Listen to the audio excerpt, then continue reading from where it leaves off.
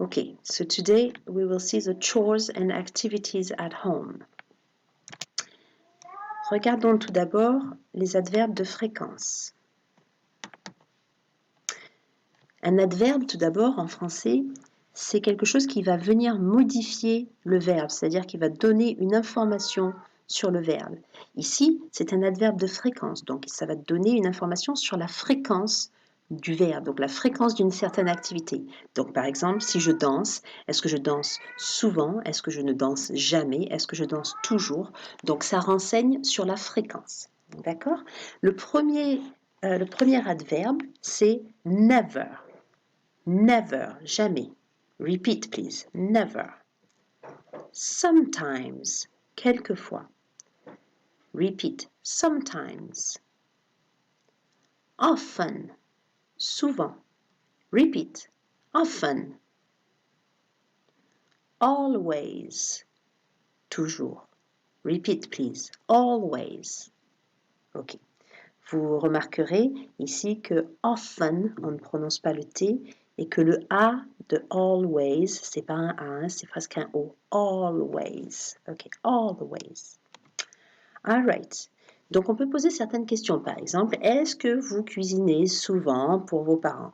Do you often cook for your parents? Et vous pouvez répondre, yes, I sometimes cook for my parents. No, I never cook for my parents. Oui, je cuisine sometimes, quelquefois pour mes parents. Non, je ne cuisine jamais pour mes parents. Okay. Do you often do your homework? Est-ce que tu fais souvent tes devoirs? Yes, I always do my homework. I sometimes do my homework. On pourrait dire I never do my homework. Hein? Donc I always do my homework, ça veut dire je les fais tout le temps. I sometimes do my homework. Je ne les fais jamais. Vous remarquerez dans les phrases que nous venons de voir que l'adverbe de fréquence se place toujours entre le sujet et le verbe. I sometimes cook. I, c'est le sujet, je. Sometimes, ça se met entre le sujet, je, et le verbe cook. I sometimes cook for my parents.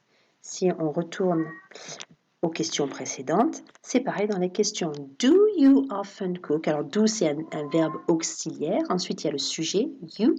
Ensuite, il faut l'adverbe de fréquence. Et ensuite, vous avez le verbe cook. Ok, donc often, c'est entre you, le sujet, et cook, le verbe. Ok. Donc, regardons certaines activités que nous faisons à la maison.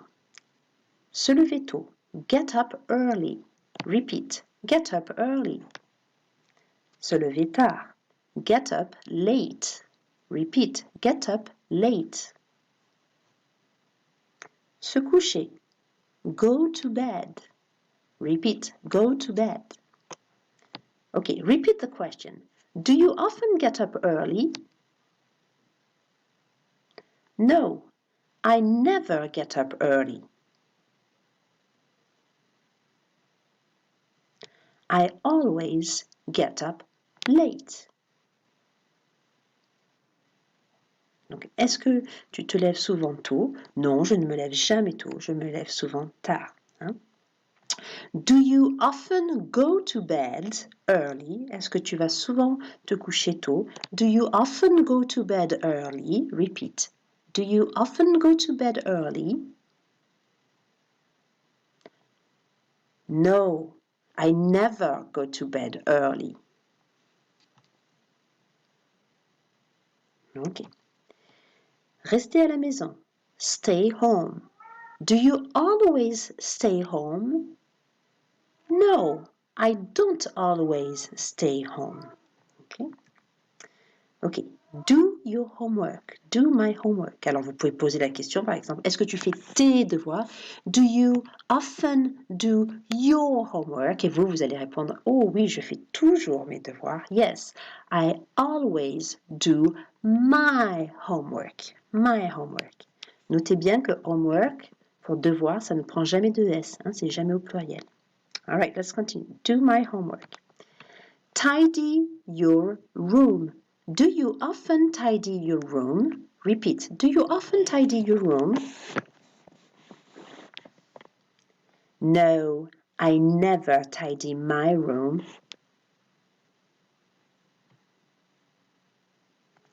Okay, listen and repeat again. Make your bed. Do you often make your bed? Yes, I always make my bed.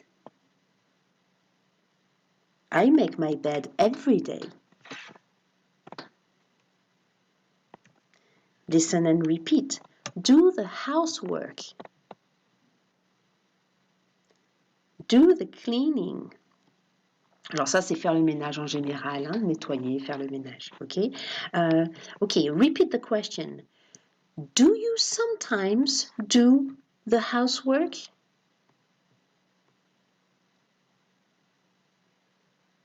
Yes, I sometimes do the housework. Okay. Next activities. Listen and repeat. Go shopping. Put the shopping away. Do you always put the shopping away?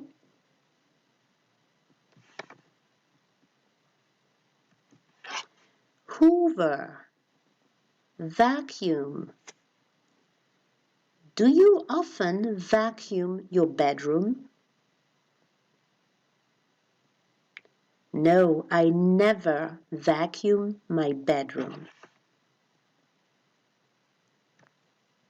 Cook or do the cooking. Les deux, ça veut dire cuisiner, hein, cuisiner, faire la cuisine. Ok. Donc, nous avions la question du départ. Je ne sais pas si vous vous souvenez. Do you often cook for your parents? Repeat. Do you often cook for your parents?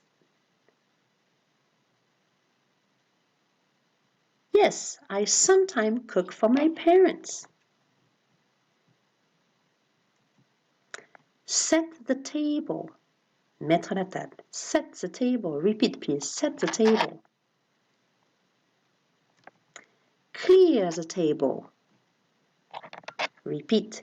Clear the table. Débarrasser la table. Do the dishes. Faire la vaisselle. Do the dishes. Okay. Do you sometimes do the dishes? No, I never do the dishes. I have a dishwasher. Je ne fais jamais la vaisselle. J'ai un lave-vaisselle. I never do the dishes. I have a dishwasher.